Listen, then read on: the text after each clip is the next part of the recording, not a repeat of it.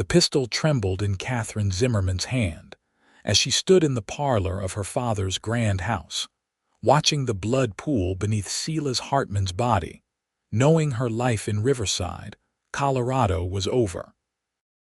It was the summer of 1876, and the mountains surrounding the small mining town still held snow on their highest peaks, even as the valley below sweltered in August heat. Katherine had pulled the trigger in self-defense when Silas, drunk and enraged after she refused his advances for the final time, had lunged at her with his hunting knife. The man who had courted her publicly for months, who her father's business partners all respected, who owned half the silver claims in the territory, now lay dead on her family's imported carpet. Her father was in Denver on business. The servants had the evening off. There were no witnesses to tell the truth of what happened. Katherine knew with cold certainty that no one would believe her word against the reputation of a dead man like Silas Hartman. She was 22 years old, unmarried, and living in a society where women were often blamed for the violence men inflicted upon them. Silas's brother was the territorial judge. His cousin was the sheriff. Even her own father, who loved her dearly, would struggle to protect her from the scandal and accusation that would follow. They would say she had led Silas on. They would say she was a temptress who murdered a good man. They would hang her, or at best, lock her away in an asylum. With shaking hands, Katherine dropped the pistol beside Silas's body and ran upstairs. She changed from her blood-stained dress into a simple cotton work dress, brown and unremarkable. She packed a small bag with whatever she could carry. Another dress, undergarments, her mother's silver brush, the money she had saved from her allowance, and a photograph of her parents on their wedding day. Her mother had died giving birth to Katherine, and looking at her face now felt like saying goodbye to the only person who might have truly understood. Katherine slipped out the back door as twilight settled over Riverside. She took her father's sturdy mare from the stable, the gentlest horse they owned, and rode east into the mountains. She had no plan beyond getting as far from town as possible before someone discovered Silas's body. The mountain trails were treacherous in darkness, but the alternative was worse. She rode through the night, following mining roads and game trails higher and higher into the wilderness. By dawn, she could no longer see Riverside below. The mare was exhausted, and Katherine's body ached from hours in the saddle, but terror drove her onward. She had become a fugitive, running from a crime that was no crime at all, carrying shame for an act of survival. For 3 days, Katherine pushed deeper into the mountains, rationing the small amount of food she had grabbed from the kitchen. She avoided the few remote mining camps she passed, terrified that word of Silas's death had spread, that posses were searching for her, that her face was on wanted posters in every settlement. The mare grew thin and weary. Katherine's supplies dwindled to nothing. On the 4th day, as she climbed a narrow trail that wound along a cliff face, the mare stumbled. Katherine tried to control the frightened animal, but the horse reared in panic, and Katherine felt herself sliding from the saddle. She hit the rocky ground hard, the breath knocked from her lungs. The mare bolted back down the trail, leaving Katherine alone on the mountainside with only the small bag she had managed to cling to in her fall. Pain radiated through her left ankle. When she tried to stand, her leg buckled beneath her. She had twisted it badly, perhaps broken it. Katherine crawled to a nearby pine tree and leaned against its trunk, fighting back tears of pain and despair. She was injured, alone without food or water, miles from any settlement in the Colorado wilderness. The August sun beat down mercilessly during the day, but she knew the mountain nights would be cold enough to kill her. She had no idea where she was. The mountains stretched endlessly in every direction, peaks and valleys covered in dense pine forests and broken by sharp granite cliffs. This was untamed country, home to bears and mountain lions, claimed by the Ute people for centuries before the miners and settlers arrived. Katherine had heard stories of people who vanished in these mountains, never to be found. For 2 days, Katherine sheltered beneath the pine tree, barely able to move. She drank water from a tiny stream that trickled nearby, but she had no food and no way to get any. Her ankles swelled until she could not even pull her boot off. Fever set in from the injury or exposure or both. She drifted in and out of consciousness, sometimes unsure if she was awake or dreaming. In her delirium, she saw her mother's face and heard Silas's last words before he died, a gurgling curse that seemed to follow her into the wilderness. She was going to die here, Katherine realized with strange calm. Perhaps it was better this way. Better to die free in the mountains than hang in Riverside or waste away in an asylum, labeled a murderess or a madwoman. At least here, the shame could not touch her. At least here, she would disappear without her father having to watch her be destroyed by scandal and lies.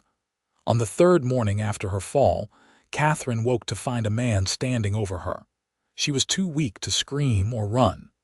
She simply stared up at him, trying to focus her fever-blurred vision. He was tall and broad-shouldered, dressed in worn buckskin pants and a simple cotton shirt.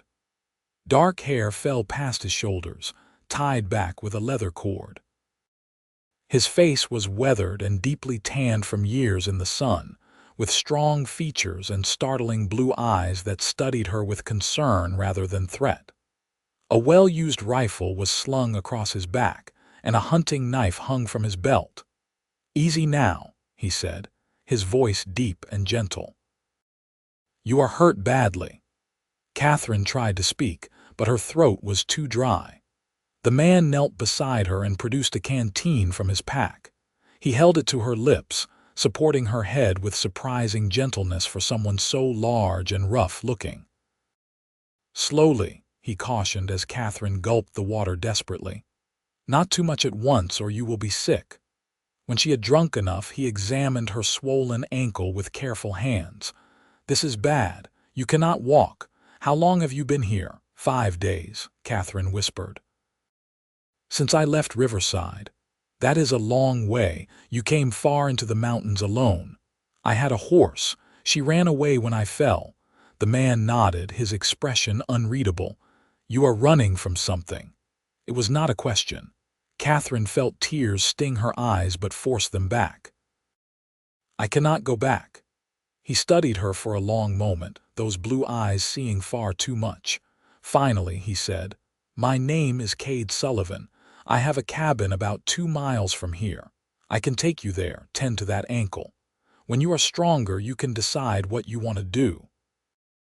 "Why would you help me?" Katherine asked, suspicious despite her desperate situation. She had learned that men rarely helped without expecting something in return. "Because you will die if I do not," Cade said simply. "These mountains do not forgive mistakes or bad luck. You cannot survive out here alone with that injury." Katherine wanted to refuse. She wanted to maintain what little independence and control she had left. But her body was failing and she knew he was right. Without help, she would be dead within days. "Katherine," she said quietly. "Katherine Zimmerman." Cade nodded once, as if sealing an agreement. "Well then, Miss Zimmerman, let us get you somewhere safe." He fashioned a rough splint for her ankle using straight branches and strips of cloth torn from his spare shirt. Then he carefully lifted Katherine into his arms as if she weighed nothing. She was too exhausted to protest this intimacy with a stranger. As Cade carried her through the forest, Katherine drifted in and out of consciousness, vaguely aware of the steady rhythm of his steps, the warmth of his body against hers, the surprising comfort of being held with such care. She woke fully when Cade pushed through the door of his cabin. It was a simple structure built from pine logs, chinked with mud and moss, with a stone fireplace and one large room. But it was clean and well-maintained, with a real bed in one corner, a sturdy table and chairs, shelves lined with supplies and furs covering the plank floor.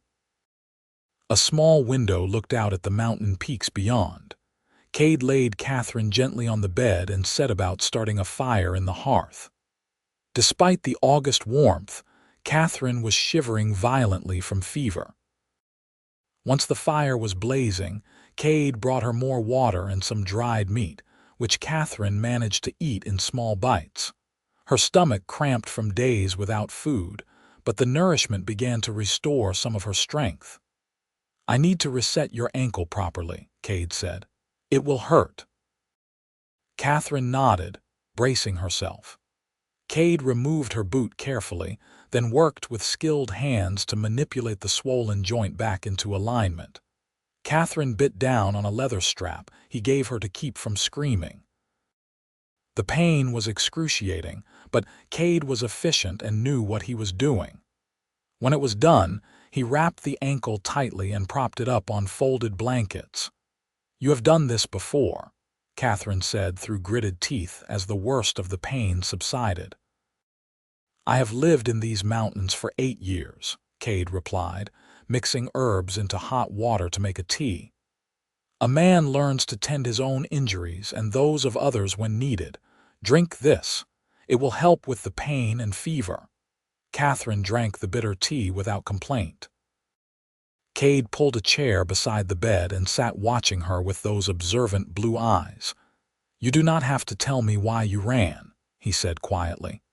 "But you should know that I am not a man who judges quickly. Whatever you did or did not do, you are safe here while you heal." Katherine felt something break inside her chest. The exhaustion, the fear, the shame she had carried since pulling that trigger, it all came flooding out. She began to cry deep, wrenching sobs that shook her whole body. Cade sat silently, letting her weep without trying to stop her or demanding explanations. When Katherine finally exhausted herself, she told him everything.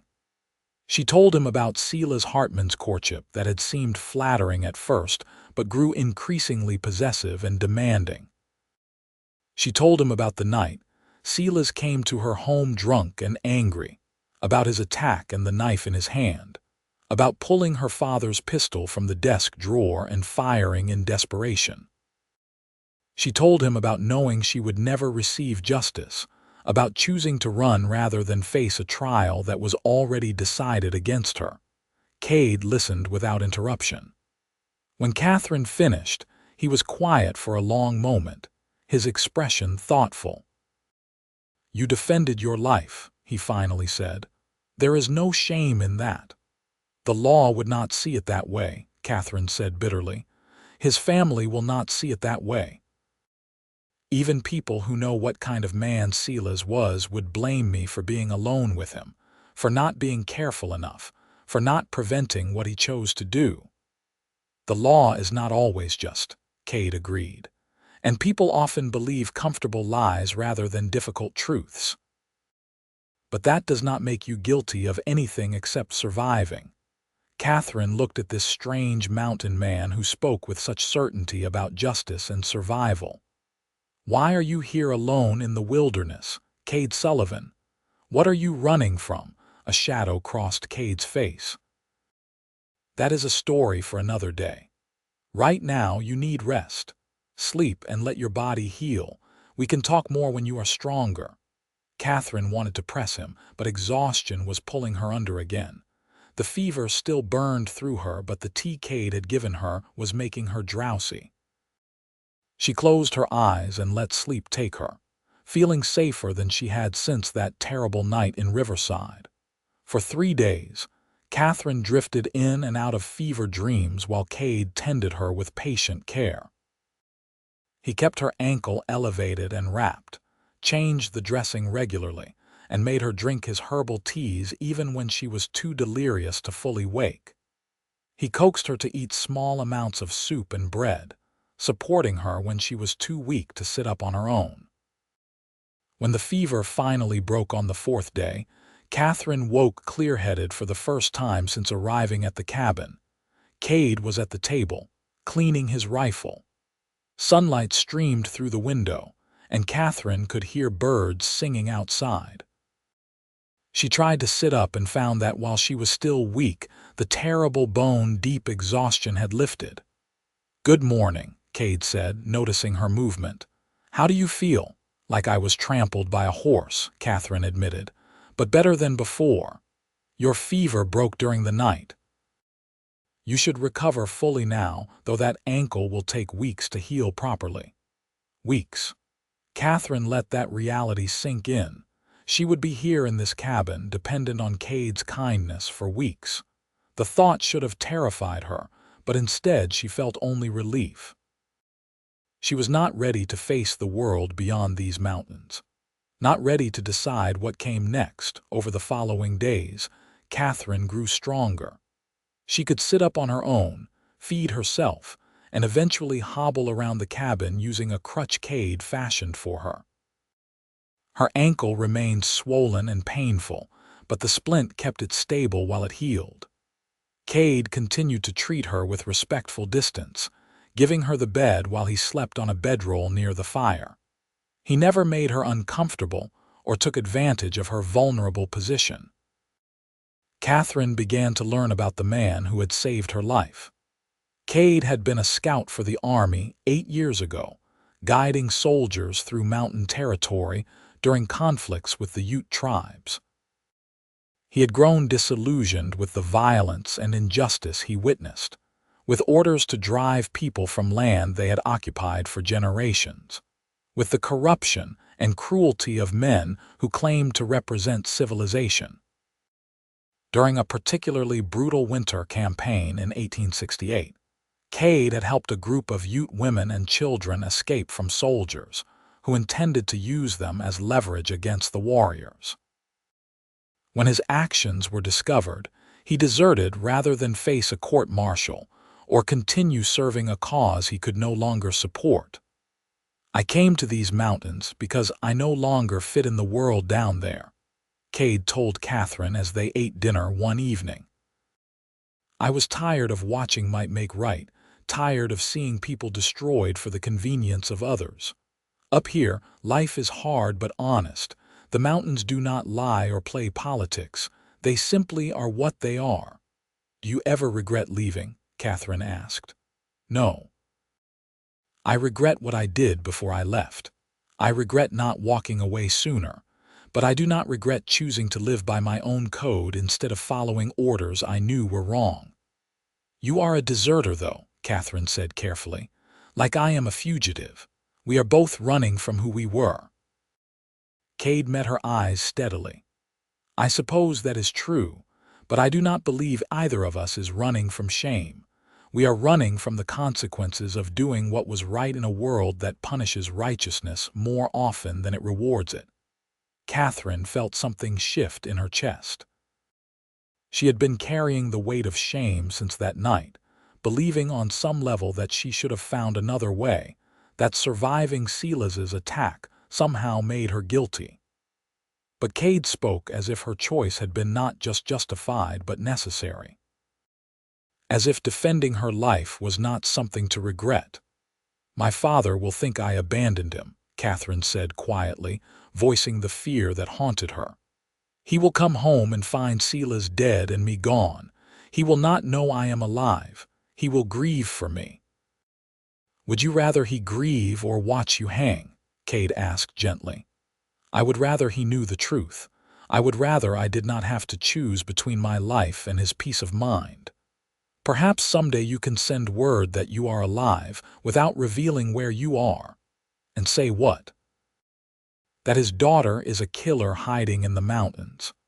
That his daughter is alive and at peace, which is what any parent who truly loves their child would want to know."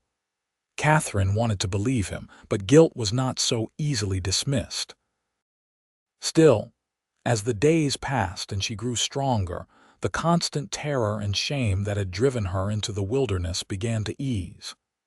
In Cade's cabin, with his steady presence and lack of judgment, Katherine started to remember who she had been before Silas Hartman.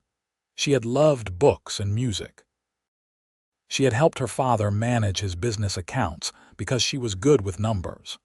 She had volunteered at the church teaching children to read. She had been a whole person with interests and dreams, not just a victim or a fugitive. Cade seemed to understand her need to reclaim herself. He brought her books from his small collection, mostly accounts of exploration and natural history, but also some volumes of poetry. He taught her to identify the healing herbs he gathered from the mountainside and how to prepare them. He showed her how to read the weather in the clouds and predict storms days before they arrived. He treated her as a capable person whose mind and opinions mattered, not as a fragile thing to be protected or pitied. One evening, about 3 weeks after Cade had found her, Katherine asked the question that had been growing in her mind. "Why do you live alone out here? Do you not get lonely?" Cade considered the question while whittling a piece of pine wood into the shape of a bird. Lonely and alone are not the same thing.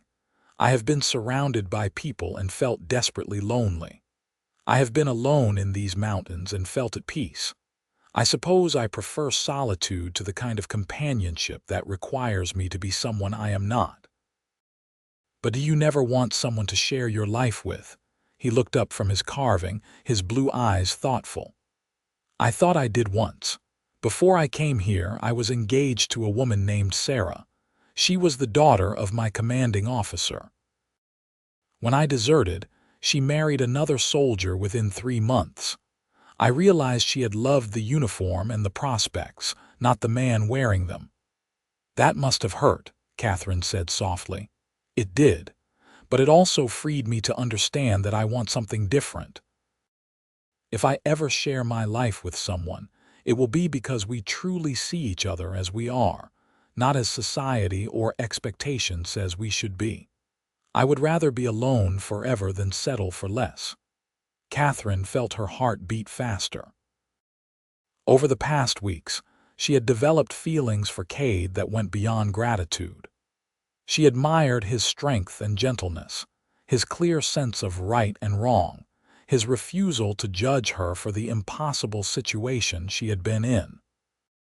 She found herself watching him as he moved around the cabin, noticing the way sunlight caught in his dark hair, the careful precision of his hands, the rare smile that transformed his serious face. She thought about what it would mean to stay here, to build a life in these mountains with this man who had saved her in every way a person could be saved. But she was a fugitive. Even if Cade cared for her, even if she stayed, she would always be looking over her shoulder, wondering if someone would come for her. She could not ask him to share that burden to risk harboring a wanted woman. It would not be fair. As if reading her thoughts, Cade set down his carving and said, "Katherine, I want you to know that you can stay here as long as you need to. Not just until your ankle heals. If you have nowhere safe to go, this cabin is yours to share. I will not send you away." "You do not know what you are offering," Katherine said. "If anyone discovers you are hiding me, you could be arrested too. You are already a deserter. You do not need more trouble. Let me worry about my own trouble. The question is what you need and want. Do you plan to keep running? To try to disappear into another town under a false name? To try to go back and prove your innocence?" Katherine had been wrestling with these questions since her fever broke. "I do not know. I cannot go back to Riverside. Even if I could prove I acted in self-defense, which seems impossible without witnesses, the scandal would destroy my father's reputation and business. Silas's family has too much power, and I cannot spend my whole life running from town to town, always looking over my shoulder, always alone." "Then what do you want if you could have anything?" Katherine looked around the cabin, at the life Cade had built in the wilderness. It was simple but sufficient, honest and free. "I want to be somewhere I do not have to pretend or hide who I am, somewhere I do not have to be ashamed of surviving. Somewhere I can build something real." "You can have that here," Cade said quietly. "If you want it." Their eyes met, and Katherine saw something in his expression that made her breath catch. It was not just kindness or pity. It was longing, carefully restrained but unmistakable. He cared for her, she realized, perhaps more than he thought he should, given the circumstances that had brought her to him. "I would be a burden," Katherine said, though her heart was pounding. "You have built a life here alone. I would change everything. Some changes are worth making. Some burdens are not burdens at all." Cade stood and came to kneel beside her chair, his blue eyes serious and searching. "I am not going to pretend I do not care for you, Katherine. These past weeks, having you here, talking with you, teaching you about this place, it has made me realize how much I was just existing rather than living. But I will not pressure you. You have been through too much, had too many men try to control your choices. This has to be your decision, made freely, when you are ready." Katherine felt tears sting her eyes, but they were not tears of sadness or shame. They were tears of relief and hope. "No one has ever said anything like that to me before. No one has ever cared what I wanted instead of what they wanted from me. You deserve to be cared for that way. You deserve to have your choices respected and your voice heard. Whatever you decide, I will respect it." Katherine reached out and touched his face, feeling the roughness of his beard, the warmth of his skin. "I want to stay. Not because I have nowhere else to go, but because I want to know what it means to build a life with someone who sees me as an equal. With someone who believes there is no shame in what I did to survive." Cade turned his head and kissed her palm gently. "There is no shame in my love, Katherine. Whatever the world says about what happened to you, whatever lies they tell about who you are not defined by their judgments. You are brave and strong and worthy of a good life." "There is no shame in my love either," Katherine whispered. "I do not care that you are a deserter. I do not care that the army calls you a traitor. You followed your conscience when following orders would have been easier. That makes you the most honorable man I have ever known." Cade rose and carefully pulled Katherine to her feet, supporting her weight so her injured ankle did not have to bear it. He wrapped his arms around her and held her close, and Katherine felt something inside her finally settle into place. She was not running anymore. She was not hiding. She had found a place where she could stand as herself, loved and accepted, free from shame. They stood together for a long time, just holding each other as the sun set beyond the mountains and filled the cabin with golden light. When Cade finally kissed her, it was gentle and reverent, asking rather than taking. Katherine kissed him back with all the hope and desire and gratitude that had been building in her heart. This was nothing like Silas's violent demands or the carefully calculated courtship that had hidden his true nature. This was honest and equal, two people choosing each other freely. That night, Cade gave Katherine the bed as always, but she asked him to lie beside her. He did, holding her carefully, mindful of her healing ankle and the boundaries she needed.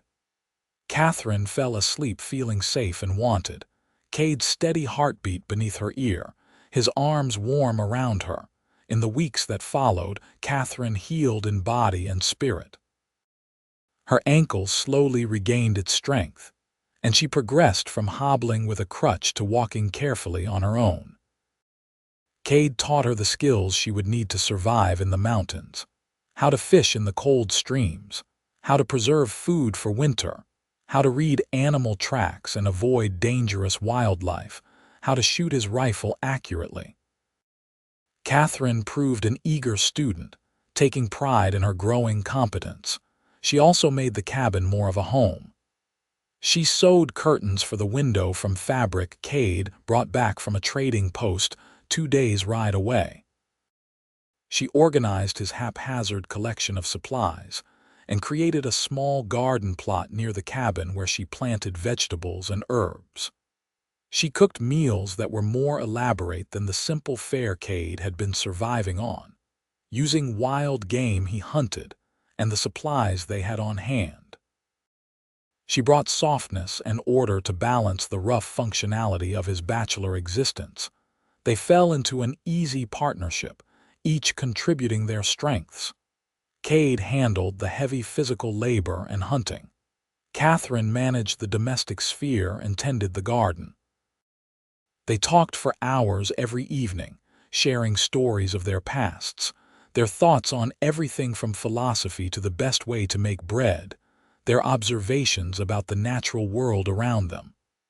They laughed together often, something neither of them had done much before. They grew to know each other deeply and genuinely, building a foundation of friendship that made their growing romantic love even stronger. By the time autumn painted the mountainsides gold and orange, Katherine had been living with Cade for 3 months. Her ankle had healed completely, leaving only a slight ache when storms were coming. She could hike the mountain trails with confidence, help process the deer Cade shot for winter meat, and handle herself competently in their remote home. She no longer thought of herself as a fugitive hiding in shame. She was a woman who had survived, who had found love, who was building a life she could be proud of. One cool September evening, as they sat by the fire after dinner, Cade pulled something from his pocket. It was a ring carved from a piece of mountain juniper, smoothed and polished until it glowed warm brown and red in the firelight. Tiny mountain flowers were carved delicately around the band. "I want to marry you," Cade said simply. "Not because society says we should or because you are living under my roof, but because I love you and I want to share my life with you completely. I know we cannot have a traditional wedding with a church and witnesses. I know we cannot register with any government because of what we are both running from, but in the eyes of what matters to us, the mountains and the sky and our own hearts, I want to commit myself to you." Katherine felt joy burst through her chest like sunrise. "Yes, absolutely yes." Cade slipped the wooden ring onto her finger. It fit perfectly, as if made just for her, which of course it had been. He kissed her deeply, and this time the restraint that had always been present between them fell away. They made love that night with the fire crackling beside them, learning each other's bodies with tenderness and passion, claiming each other completely. Afterward, lying in Cade's arms with the wooden ring warm on her finger, Katherine felt a happiness she had never imagined possible. Just months ago, she had been running for her life, convinced she would die alone in shame and terror. Now she was loved and safe, building a future with a man who valued her as an equal partner. The injustice that had driven her into these mountains still existed down in the world below. Silas's death would still be used to destroy her reputation if she were ever found. But up here, in this cabin that had become home, none of that could touch her. "I never thought I could have this," Katherine whispered. "I thought my life was over that night in Riverside. I thought shame would be all I had left." "There is no shame in surviving," Cade said firmly, pulling her closer. "There is no shame in choosing yourself over someone who wanted to destroy you. There is no shame in building a new life from the pieces of the old. And there is absolutely no shame in my love for you or yours for me. We are free here, Katherine, free to be who we truly are." "Free," Katherine repeated, tasting the word. "I like the sound of that." They spent the autumn preparing for their first winter together. Cade taught Katherine how to read the signs that told when the snows would come early or late, and that year the signs pointed to a harsh winter. They worked tirelessly to stockpile firewood, preserving meat, gathering and drying wild plants that would provide nutrition when the ground was frozen. They reinforced the cabin's roof and walls, making sure it would withstand heavy snows and bitter winds. They made the twice-yearly trip to the distant trading post to purchase flour, salt, sugar, coffee, and other staples they could not produce themselves. At the trading post, a rough collection of buildings where trappers and remote settlers came to buy and sell goods, Katherine kept her head down and let Cade do the talking.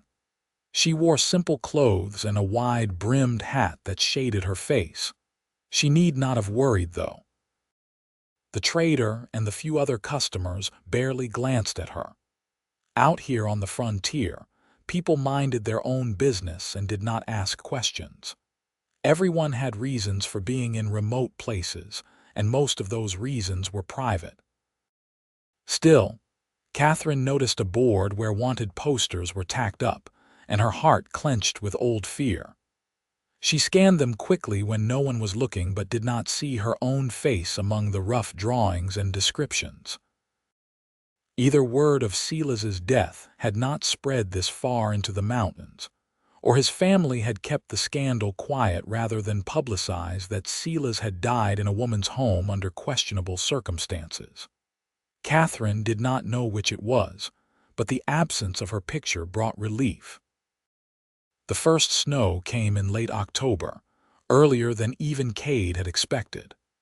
They woke one morning to find the world transformed, everything covered in a thick white blanket that muffled sound and reflected blinding light. Katherine stood at the cabin door, marveling at the beauty of it, while Cade wrapped a blanket around her shoulders. "It will not melt now until spring," he said. "We are snowed in for the next 6 months, more or less. The passes will be closed. No one can reach us and we cannot leave." 6 months alone together, Katherine said, leaning back against him. "I cannot think of anything better." The winter was indeed harsh. Storms rolled through with frightening regularity, piling snow higher than the cabin's windows and howling with winds that made the sturdy log walls creak. But inside, Katherine and Cade were warm and safe. They spent long dark evenings by the fire, reading aloud to each other, talking, making love, simply enjoying each other's company. They played card games and chess with pieces Cade carved from wood. Katherine learned to knit from instructions in an old book, producing somewhat lopsided but functional socks and mittens. Cade taught her songs he had learned during his army days, and she taught him ones she remembered from childhood. They had arguments, too, because two people living in close quarters through a long winter inevitably grated on each other's nerves. But they learned to talk through their frustrations honestly and work toward compromise. Katherine learned that Cade became withdrawn when he was worried and needed space, rather than pressing conversation. Cade learned that Katherine needed reassurance that her presence was wanted when she felt she was being a burden. They grew to understand each other's patterns and needs, becoming true partners rather than just lovers sharing space. In January, during a rare break in the storms, Katherine realized she had missed her monthly courses. She said nothing at first, not wanting to worry Cade if she was wrong. But by February, when she still had not bled and her breasts were tender and her stomach was often unsettled in the mornings, she could no longer deny the truth. "I am with child," she told Cade one evening as they prepared dinner. He stopped chopping vegetables and turned to look at her, his expression unreadable. Katherine felt a flutter of fear. They had not discussed children. She did not know if he wanted the responsibility or complication. Then Cade's face broke into the widest smile she had ever seen from him. He crossed to her in 2 strides and lifted her off her feet, spinning her carefully before setting her down and kissing her deeply. "A child," he said, his voice full of wonder. "Our child, Katherine, that is extraordinary." Relief and joy flooded through her. "You are happy about it." "I know we did not plan this. I am more than happy. I am honored. To have a family with you, to raise a child in this place we have built together, it is more than I ever let myself dream about." Cade placed his hand gently on her still flat stomach. "We will have to expand the cabin before the baby comes." Add another room, build a proper cradle, we have so much to do. Katherine laughed at his sudden burst of planning. The baby will not be here until late summer. We have time. But Cade was already sketching plans in the margins of an old newspaper, figuring out how to add space to the cabin. Katherine watched him with amusement and love. This man, who had lived alone for 8 years, was already transforming into a father, thinking ahead to what their child would need. The rest of the winter passed with new purpose.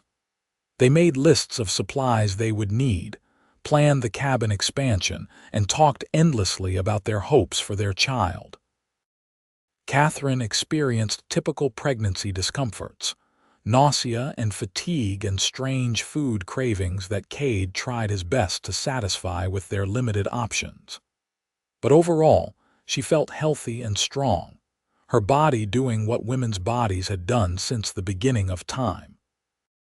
When spring finally came and the snow began to melt, Cade started work on expanding the cabin.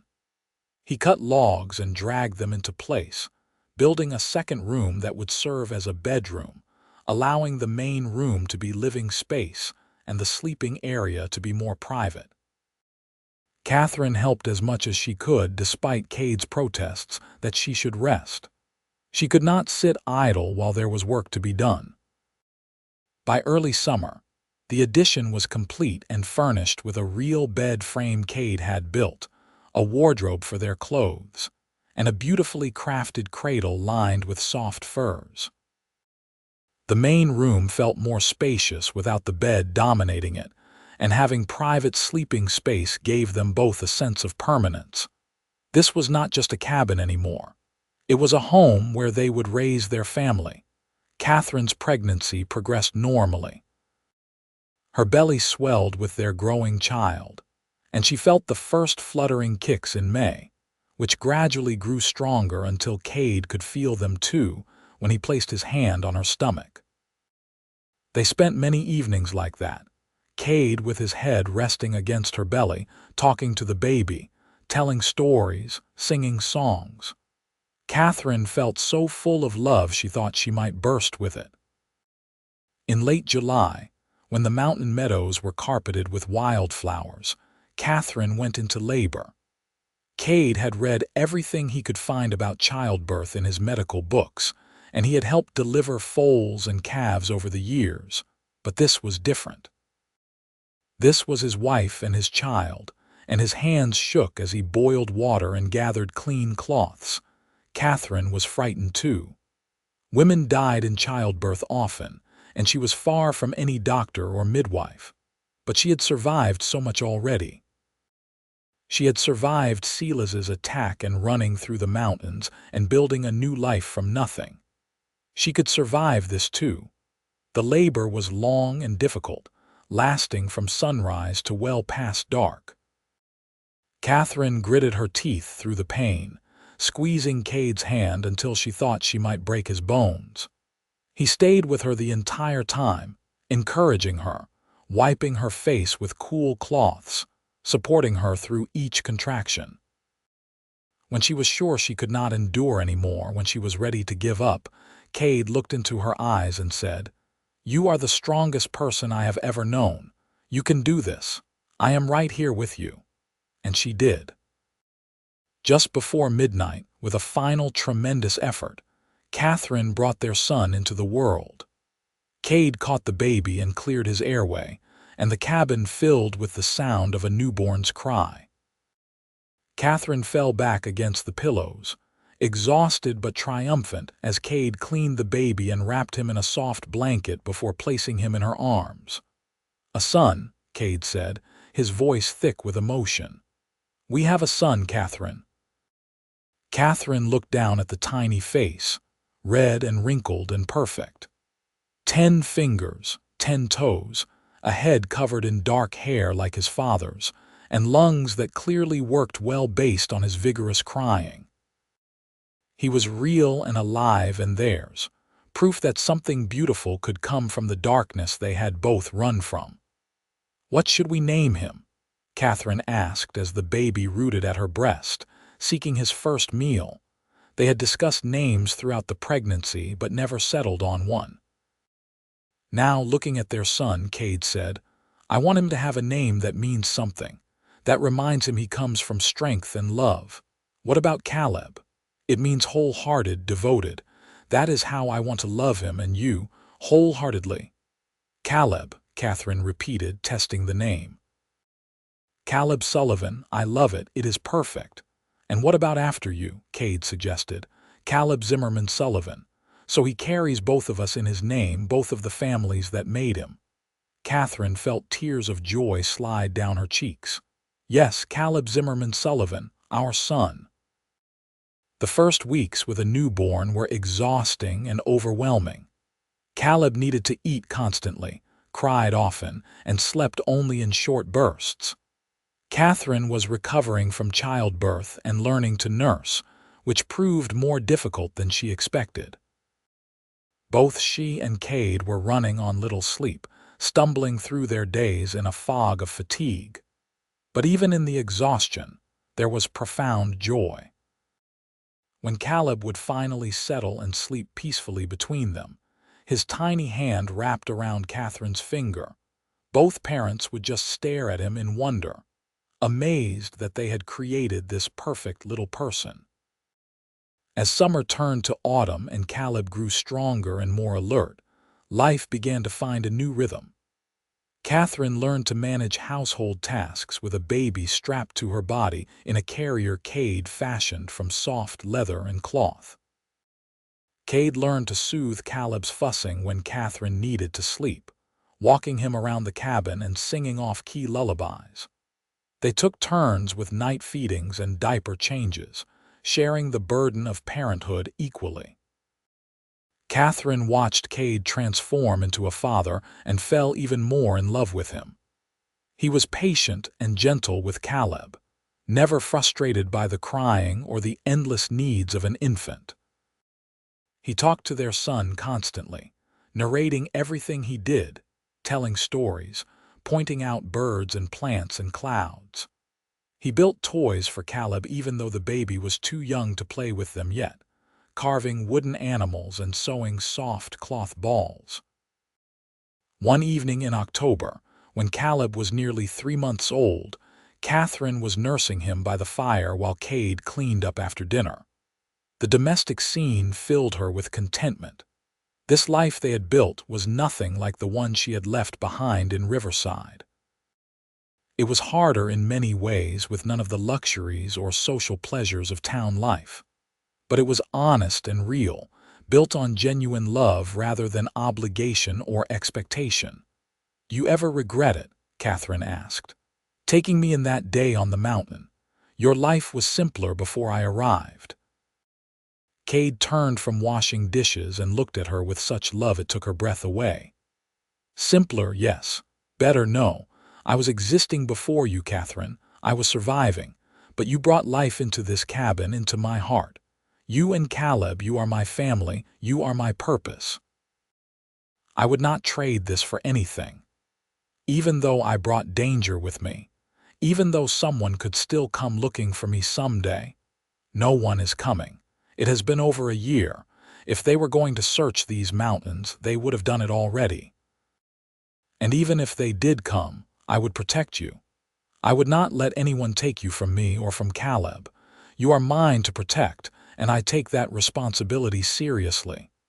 Katherine felt the old fear ease a bit more. She had been carrying the weight of potential discovery for so long, but Cade was right. If Silas's family or the law were going to pursue her, they would have done so already.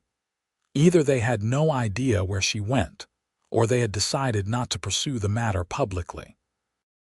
Perhaps they had even been relieved that the scandal disappeared along with her. Whatever the reason, she was safe here. She could let go of the constant looking over her shoulder and simply live. Their second winter as a family was different from the first. With a baby to care for, the peaceful evenings by the fire became more chaotic, but there was also more laughter, more joy. Caleb was developing a personality, smiling and cooing, reaching for things that interested him. He loved looking at the fire and would stare at the flames in fascination. He loved when Cade sang to him, even though Cade could not carry a tune. He loved being held close to Katherine while she read aloud, the sound of her voice soothing him even when he did not understand the words. When spring came again and Caleb was 9 months old, Katherine discovered she was pregnant again. She was surprised because she was still nursing Caleb, but Cade was delighted. He immediately began planning another expansion to the cabin, wanting each child to eventually have their own small space. "We are building a dynasty here in the mountains," he joked as he sketched plans for adding a loft space under the roof where children could sleep when they were older. "A dynasty of 2 children," Katherine teased. "For now, who knows what the future holds?" Their daughter was born in January during a howling blizzard, arriving much faster than Caleb had.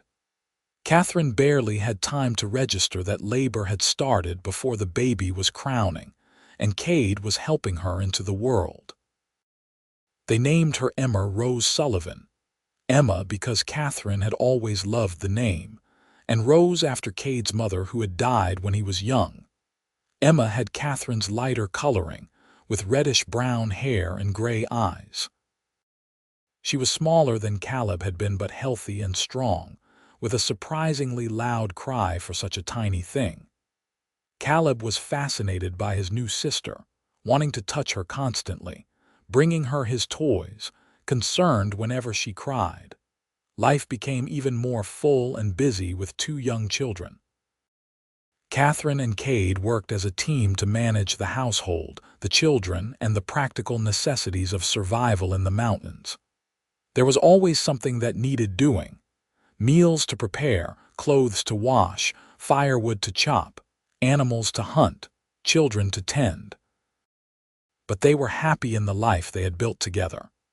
They were free in ways most people would never understand, living by their own rules and values, answerable to no one but themselves and each other. When Emma was 6 months old and Caleb was approaching his 2nd birthday, Katherine found herself thinking about her father for the first time in months. She wondered if he was well, if he had managed to survive the scandal of Silas's death and her disappearance, if he thought of her often. She felt guilty for the pain her absence must have caused him, even though returning had never been an option. "I wish I could send word to my father that I am alive and happy," Katherine said to Cade one evening. "Not tell him where I am or anything that could endanger us. Just let him know I am well." Cade thought about this carefully. "It would be risky. Any communication could potentially be traced back to us. But I understand wanting to ease his worry. Perhaps we could find a way to send an anonymous letter through several intermediaries. It would take time and planning. Would you be willing to help me do that? Of course. Your happiness matters to me, and I know this weighs on you. We will find a way." It took months of careful planning, but eventually Cade made contact with a network of traders and travelers who could pass along a letter. Katherine wrote carefully, saying only that she was alive, safe, and had found happiness far from Riverside. She did not mention Cade or the children, or anything specific about her location. She told her father she loved him and hoped he could forgive her for leaving without explanation. She asked him not to try to find her but to trust that she was where she needed to be. She did not know if her father would ever receive the letter or believe it came from her. But putting her words on paper and sending them into the world eased some of the guilt she carried. She had done what she could to let him know she lived. The rest was beyond her control. The years passed peacefully. Caleb grew into a sturdy, adventurous little boy who loved exploring the mountain trails with his father. Emma was more quiet and thoughtful, content to help Katherine in the garden or sit for hours watching insects and birds. When Caleb was 4 and Emma was 2, Katherine gave birth to twins, a boy and girl they named Joshua and Lily. The cabin that had once housed just Cade was now bursting with family, noisy and chaotic and full of love. Cade expanded the cabin again, building a larger structure that could properly accommodate their growing family. He was a skilled builder by now, having learned through years of trial and error and necessity. The new cabin had 3 separate sleeping rooms, a large main living space with a proper kitchen area, and even a small covered porch where they could sit on summer evenings while the children played in the meadow. Katherine could hardly remember the frightened woman who had stumbled into these mountains 5 years ago, running from shame and expecting to die. That woman felt like someone from a story, not her own past. She had been transformed by love and acceptance, by the life she had built with Cade, by motherhood and partnership and the daily work of survival and joy intertwined. One evening, when all 4 children were finally asleep after a long day of high energy and short tempers, Katherine and Cade sat together on their porch watching the sun set behind the mountains. They held hands without speaking, simply being present with each other and the peace of the evening. "Do you remember what you said to me when I told you about Silas?" Katherine asked quietly. "When I told you about the shame I was carrying." "I said there was no shame in defending your life," Cade replied. "You said there was no shame in your love," Katherine corrected. That was the moment everything changed for me. When I realized I could stop running from shame because you did not see me as shameful. You saw me as someone worthy of love and respect. You gave me back my dignity when I thought I had lost it forever." Cade raised their joined hands and kissed her knuckles. "You never lost your dignity, Katherine. It was always there. I just helped you remember it. We saved each other, I think. You saved me from dying in the mountains. I saved you from living a half-life alone. Together we became more than we could have been separately." "That is the best kind of love," Cade agreed. "The kind that makes both people better. The kind that creates life instead of diminishing it." Katherine leaned her head on his shoulder, watching the sky turn from gold to pink to purple. Their children slept safely inside the home they had built together. The mountains stretched endlessly around them, wild and beautiful and free. She had found her place in the world, not despite what happened in Riverside, but because of it. The worst moment of her life had led her to the best life she could have imagined. The shame she had carried, the fear that she was somehow guilty for surviving Silas's attack, had dissolved completely in the light of Cade's unwavering love and respect. He had shown her that defending herself was not something to regret, that running was a rational choice when justice was impossible, that building a new life was not cowardice, but courage. He had loved her without conditions or judgment, seeing her fully and choosing her anyway. And she had given him something equally valuable. She had shown him that solitude and peace were not the same thing, that his past did not define his worth, that he was capable of love and family and connection, despite his desertion and exile. She had brought joy and purpose to his isolated existence, transforming his cabin into a home and his survival into a life worth living.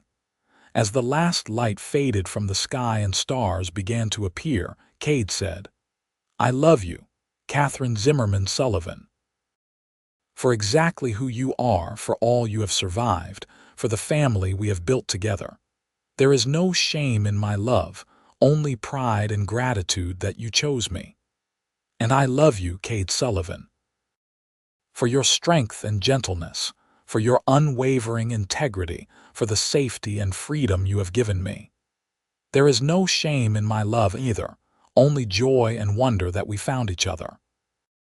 They sat together long into the night, speaking little, content to simply be together as they had been for 5 years now and would be for all the years to come. The mountains kept their secrets, including the secret of a woman who had run from shame and found love instead. No one from Riverside ever came looking for Katherine. Life in the Colorado wilderness continued its rhythms, seasons turning, children growing, love deepening with each passing day. When Katherine's father received her letter nearly 6 months after she sent it, he wept with relief to know his daughter lived. He had suspected she had killed Silas in self-defense and had never blamed her for running. He had used his influence and money to ensure the investigation went nowhere, claiming he knew nothing about what happened that night and suggesting Silas's many enemies might be responsible. Eventually, the case grew cold and was forgotten, just another unsolved crime in a lawless time. He wrote a response that he hoped would reach his daughter through the same mysterious channels her letter had come, telling her he loved her and was glad she had found happiness, that she should stay wherever she was safe and never worry about coming back. Katherine received this letter 8 months later and cried with relief and gratitude, knowing she had her father's blessing to live the life she had chosen. The children grew healthy and strong, raised with equal measures of wilderness skill and book learning, of freedom and responsibility, of love and discipline. Caleb became an expert tracker and hunter like his father, but he also loved Katherine's books and could read far above his age level. Emma developed her mother's skill with growing things and could identify every plant in the mountains by the time she was 6. The twins were still too young to show their particular talents, but they were well loved and well cared for, growing up in a home where both parents worked as partners and where their questions were answered honestly. Katherine and Cade taught their children that strength came in many forms, that survival sometimes meant running and sometimes meant standing firm, that love was a choice made daily, and that family was built through commitment rather than just blood. They did not tell the children yet about their parents' pasts, about the violence and injustice that had driven both Katherine and Cade into the mountains. Those stories would come when the children were old enough to understand complexity and moral ambiguity. For now, they simply knew they were loved and safe, that their parents were devoted to each other and to them, that their home in the mountains was solid and sure. As the years continued to pass, Katherine and Cade built not just a family but a small homestead. They expanded the garden, adding fruit trees and berry bushes. They kept chickens for eggs and goats for milk. Cade built a small barn to shelter animals and store hay for winter. They cleared more land for growing vegetables and herbs.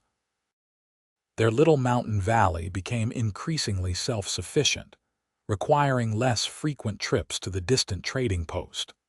Other families began settling in remote areas of the mountains too, families seeking freedom or fleeing trouble or simply preferring isolation to civilization's crowding. Katherine and Cade made cautious friendships with a few of these neighbors, families who lived several miles away but close enough to help in emergencies or share resources. No one asked probing questions about anyone's past. Everyone understood that people came to the mountains for reasons they preferred not to discuss. When Caleb turned 7, a traveling preacher came through the area, offering to perform marriages and baptisms for the scattered mountain families. Katherine and Cade decided to have their marriage officially blessed, even though they had considered themselves married since the night Cade gave Katherine the wooden ring she still wore. They wanted their children to witness a formal commitment, to understand that their parents' relationship was recognized not just between themselves, but by a larger community. The ceremony took place in a mountain meadow on a beautiful September day, with all 4 children present along with several neighboring families. Katherine wore a dress she had sewn from fabric Cade bought specially for the occasion, simple but pretty. Cade wore his best clothes and had trimmed his beard. When they spoke their vows, promising to love and honor each other in sickness and health, in good times and bad, for as long as they both lived, there were tears in both their eyes. They had already lived these vows for 7 years, but speaking them aloud made them feel even more real and binding. After the ceremony, everyone shared a meal together, the mountain families contributing what they could to create a feast. There was music and laughter and dancing, the kind of simple celebration that needed no fancy venue or expensive decorations to be meaningful. Caleb and Emma played with other children, thrilled to have playmates their own age. The twins stayed close to Katherine, overwhelmed by so many people but excited by the festivity. As Katherine danced with Cade while the sun set and other couples joined them in the meadow, she felt a completeness she had never experienced before. Every fear, every moment of shame, every desperate night wondering if she would survive had led her to this moment, to this man, to this life. She would not change anything, even if she could. The pain had been necessary to appreciate the joy. Happy? Cade asked, holding her close as they swayed to the fiddle music. Happier than I knew was possible, Katherine answered honestly. You gave me everything when you found me on that mountain. Safety and love and freedom, a family, a home, a future I thought I had lost forever. You gave me the same, Cade said. I thought I was content alone, but I did not know what I was missing. You brought color to a life that had been all gray. You made me want to be better, do more, build something that mattered. Our children, this life we have created, it is more than I ever dreamed of having. They danced until the stars came out and the music finally stopped, then gathered their tired children and walked back to their cabin through the moonlit forest. It was a perfect ending to a perfect day, one they would remember and talk about for years to come. Life continued its steady rhythm. More children were born. Katherine and Cade eventually had 6 in total, 3 boys and 3 girls spaced across 12 years. The cabin expanded again to accommodate them all, becoming a sprawling structure that reflected the growth and love of the family within. The older children helped with the younger ones, creating a household where everyone contributed and everyone was valued. Katherine never forgot where she came from or what she had survived, but the memories no longer carried shame or fear. They were simply part of her story, the difficult chapters that had led to better ones.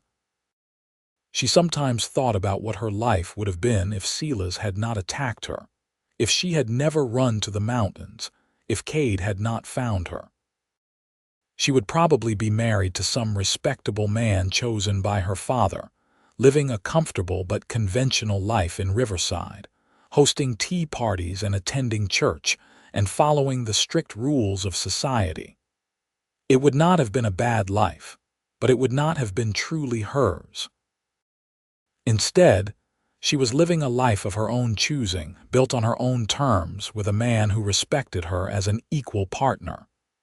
She had agency and voice, and the freedom to be completely herself. Her children were growing up watching parents who loved each other genuinely, who made decisions together, who treated each other with dignity and affection. They were learning that strength came in many forms, that both men and women could be capable and tender, that family was built through daily acts of love and sacrifice.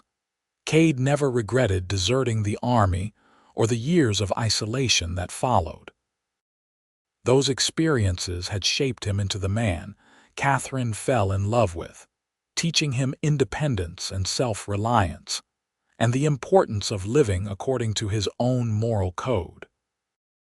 If he had stayed with the army, followed orders he knew were wrong, married Sarah who loved his uniform rather than his character, he would never have become the husband and father he was now. His path had been difficult, but it had been necessary.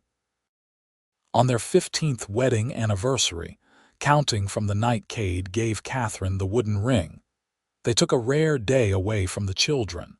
asking a neighboring family to watch them. They hiked to the place where Cade had found Katherine all those years ago, the spot under the pine tree where she had been dying of injury and exposure and despair. "I was so scared that day," Katherine said, looking at the tree that had sheltered her. "I thought I was going to die alone. I thought my life was over at 22, destroyed by shame and injustice. I almost did not come this way," Cade admitted. "I was heading in a different direction to check my trap lines.